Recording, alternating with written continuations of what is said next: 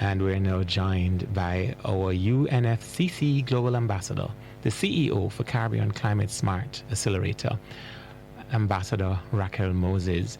And Racquel and her team try to keep us all away from living the reality of that Bob Marley song, how to prevent the world from becoming a dystopic concrete jungle. So she gives us some good news today. Good morning, Racquel. Morning, Raymond. How are you doing? I am well, thanks. And how are you?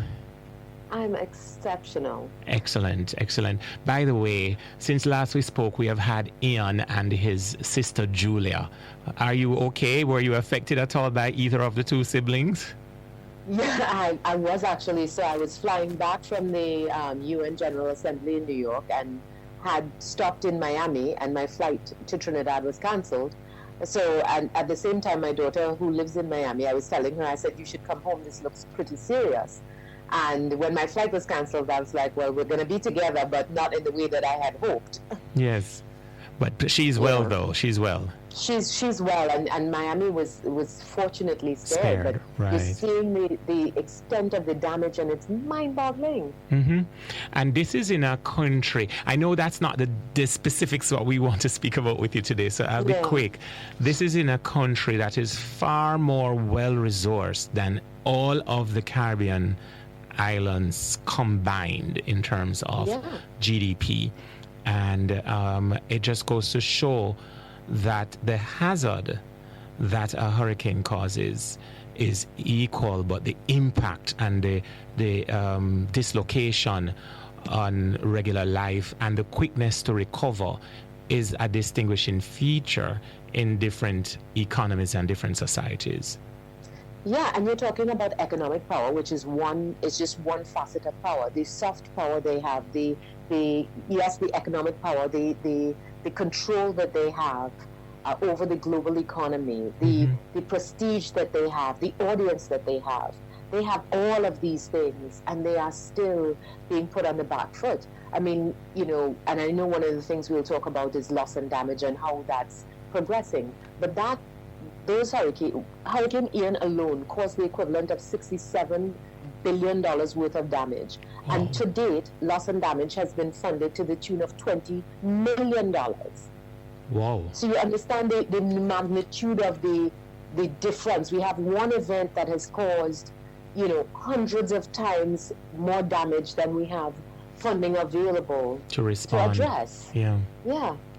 It is mind-boggling, but this is one of the reasons why your work and your role are so important, not just for our listeners, but across the region and across the world. So you were just at the UN General Assembly. Take us through from your perspective, the positive outcomes of the UNGAS.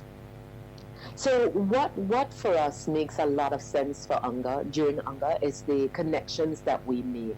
So we would have met with a number of institutions, including Convergence, of which we are a member. They create blended financial instruments, and it's just putting different kinds of money together to solve a problem. And so in meeting with them, we were able to meet with a number of different companies who are also members of Convergence and look at how can we be innovative about the money that is available and use philanthropic money or free money or grant money to then unlock private capital. So how do we lure investors to the table with free money so that we can at least give them a certain level of return that makes sense for them to invest in climate action projects? So those were the kinds of engagements that we had. We would have met with, Michael Bloomberg had an event, and while you're really encouraged about the speakers that are there, they also talked about the Earthshot Prize, which we are a nominator for and will be a nominator for, which is a £1 million prize that supports innovation in a number of different areas. So it's access to funding for innovation, access to understanding what the new innovations are. So we heard about innovations in terms of like coral replanting and different tools that are helping us to work on our blue economy and to make sure that our mangroves are healthy and the coral reefs help protect us against the storm surges and the the ferocity of these storms. Mm-hmm. So looking at all of these things and being able to engage with people who have solutions or who want to collaborate with us on solutions, and how can we use those relationships to bring new money to the region, to be a part of. We attended the Global Maritime Forum, for example, and the maritime industry is looking at how do we transition to low or zero carbon. And one of the solutions would be using green hydrogen.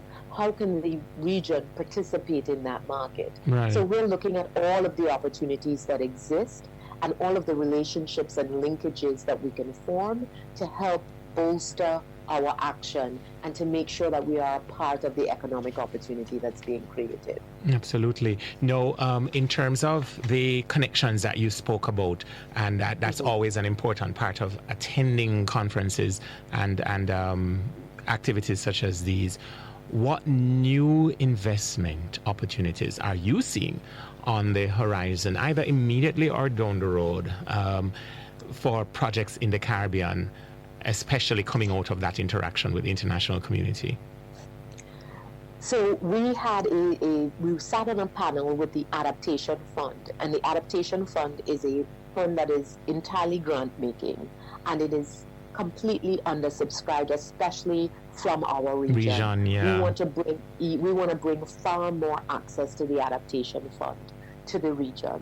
So we will be working with them to bring new money to the region. We also had a meeting with GGGI, and they are a shortcut. They have a fast tracking method of getting Green Climate Fund accreditation. Racquel, better to say fast track than shortcut. You're right. You're absolutely right. Fast track.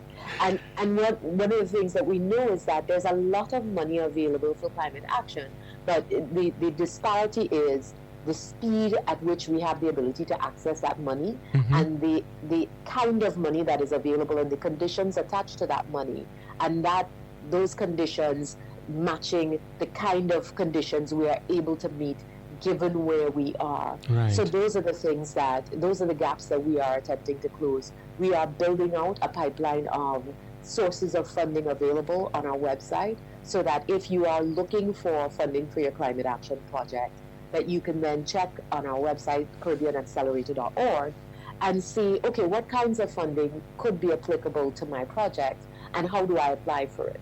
And so we want to help people get their projects ready. We want to help people understand what the landscape of funding is. Everybody goes after some of the big philanthropic organizations, and they may not necessarily be focused on our region. We want to help them to get focused on our region for sure.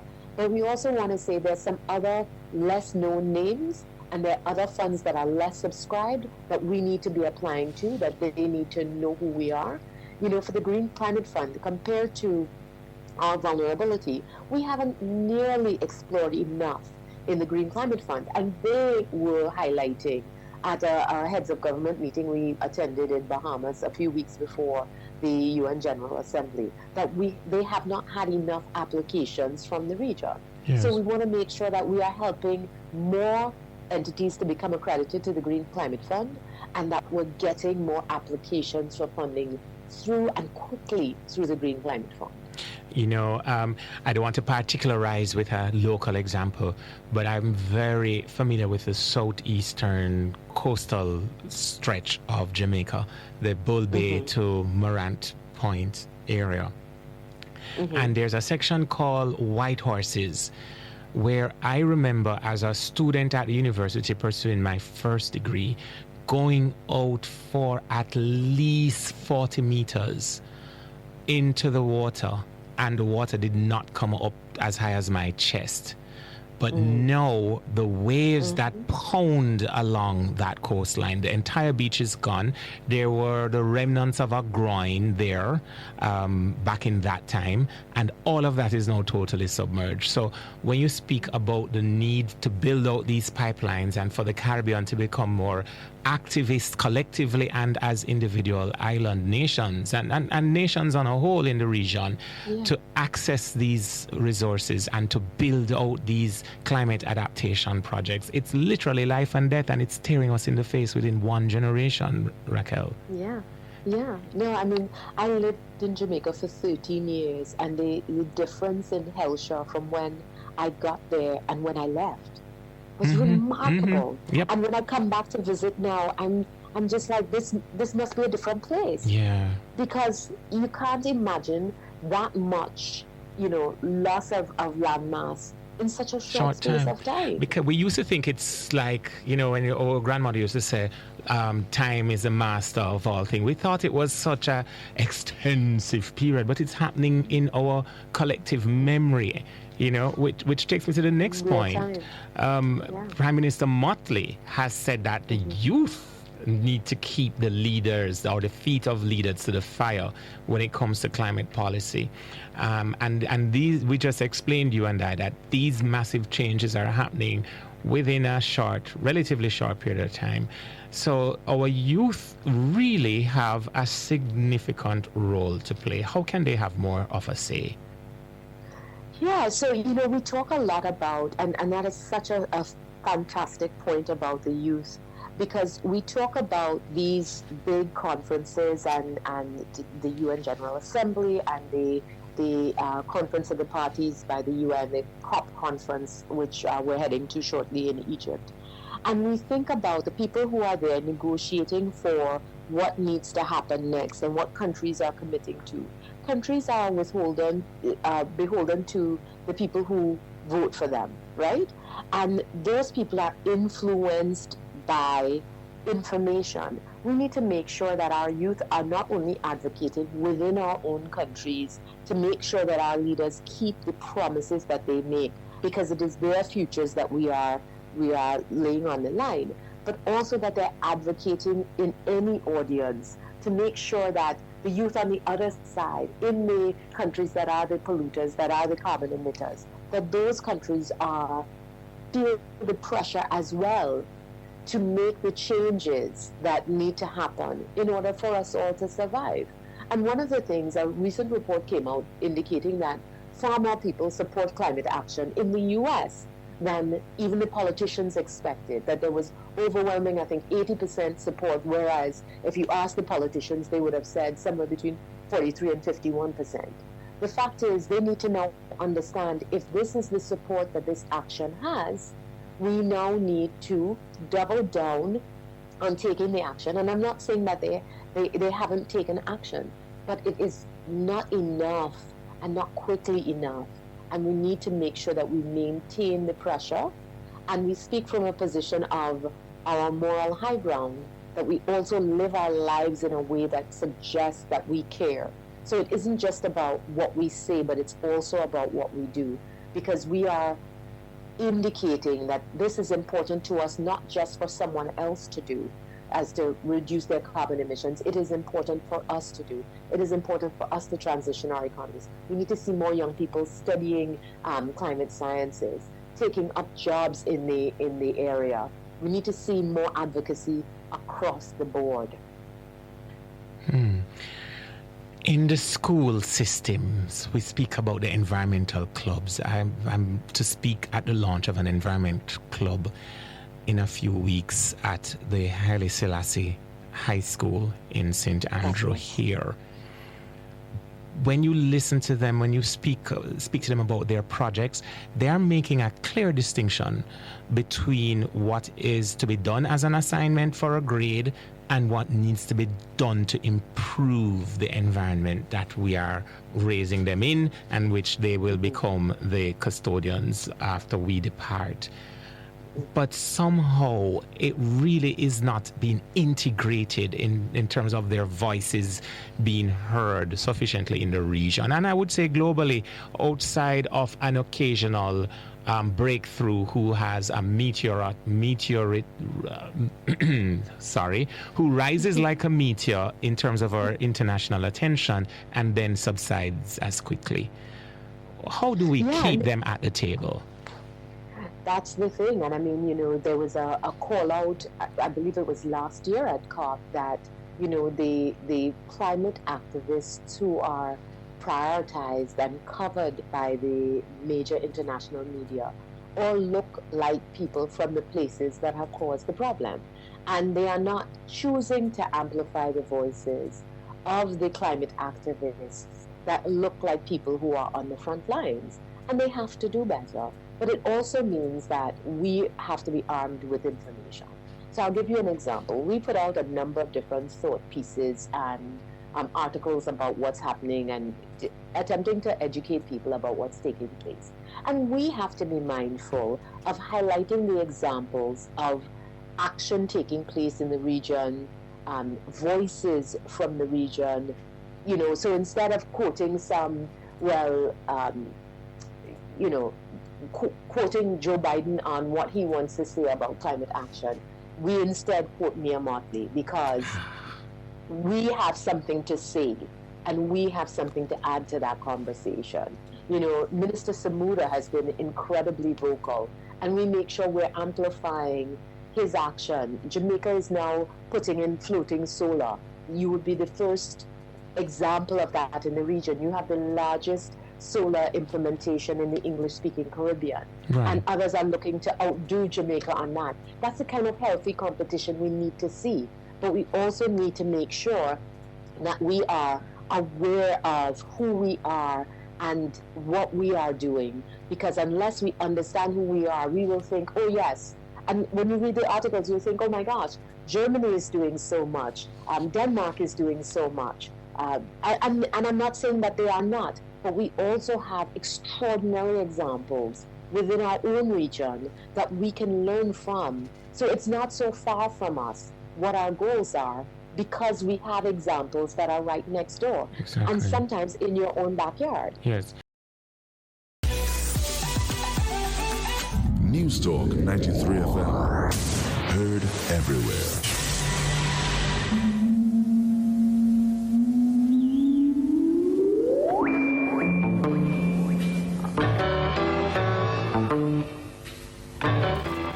Welcome back to Straight Up on News Talk 93 FM. We're speaking with Racquel Moses, CEO of the Caribbean Climate Smart Accelerator. Welcome back, Racquel. Thank you. All right, so as we wrap up today's conversation, we've seen the flooding in Pakistan, and boy, it's like every time you see record-breaking flooding, historic flooding, worst flooding in 70 years. And all of the records are being smashed so repeatedly, so easily these days. We just spoke about Hurricane Ian, and then we had Fiona, which affected people all the way in Prince Albert Sound in Canada. Started out, went through the Caribbean. It literally went through the entire hemisphere, from the middle of the hemisphere all the way to the north of the hemisphere. When you look on all of this, what needs to be done in terms of insurance? How do we insure against losses and damages as a region against these natural hazards? So I think the problem is that, one, we are not very heavily insured. But I also think the burden of the insurance should not be ours. And we have to be realistic about that. And I won't say who I was speaking to, but I was speaking to someone in Jamaica, and they were talking about, the parametric insurance that they're putting in place, and that it's being funded. I think it was either Canada or the EU is funding it right now, but that they hope to take over payments. And I was like, why? Why would you hope to take over payments to insure yourself against extreme damage that we did not contribute to? It is like your neighbor is building a house and keeps dropping bricks on your house, and they're building this big elaborate house, and you now have to insure yourself against the damage that they are creating. It's like, well, wait a minute. If you are turning your property into some commercial enterprise, I at least expect you to cover the damage that you are creating in that process. And we have to hold the developed nations accountable. And so, coming out of the heads of government meeting, the Caribbean leaders together decided that they wanted to encourage a single-digit levy on oil and gas exports to help fund loss and damage, and things like insurance that would help to cover the damage when these storms occur. Yeah. And I think we need to create momentum around that. It allows us, one, to pay the real price of oil and gas, because so much of it is subsidized already, but it also forces us to deal with the fact that this product is damaging our livelihoods, ability to live. And we don't want to wait until we create all these climate refugees to say, oh, how can we fix this now? No, we have an opportunity to fix it today. And it needs to be insurance. It also needs to be investing in natural infrastructure like mangroves, like coral reefs, like planting more trees that will help to protect us. But it can't be a one solution problem. It has to be that we go into our group and pull out everything that we have at our disposal, including getting greater ambition around loss and damage before the flurry of lawsuits start, because I think that's the natural next step in this process if we don't get much more commitment. And all of the commitments being made need to be mobilized. At the Bloomberg event, he announced that they will be doing much greater tracking to show, okay, when commitments are made, are they being followed through? Because you have these big events and people make these wonderful commitments with the very best of intention, by the way, but then is there follow through to make sure that what is committed is delivered? And many times the answer is no.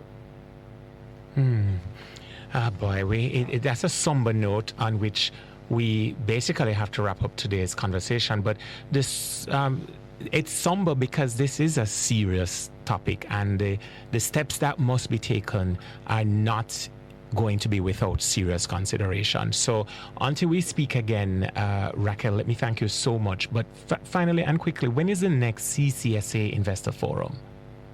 The next CCSA Investor Forum will be live at COP in Egypt. It's going to be hopefully November 15th. We're finalizing the arrangements with CARICOM because we will be using their pavilion. And we are incredibly hopeful. The investors are anxious and excited. What we need to do is to come with our best projects, make sure that our projects are properly prepared so that they're investor ready.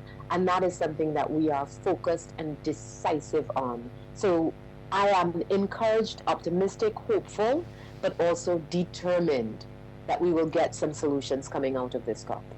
I like that. Hopeful and determined. And we listen out to get the updates from you. And probably we will tag team during that forum and see how much of it we can carry on News Talk to our listeners and our campus community. Thank you, Racquel. Thank you so much, Raymond. It's always a pleasure. Always a pleasure to have you with us as well. So, listeners, that was Racquel Moses. And of course, as you heard, Racquel is the Chief Executive Officer of the Caribbean Climate Smart Accelerator and a UNFCCC Global Ambassador.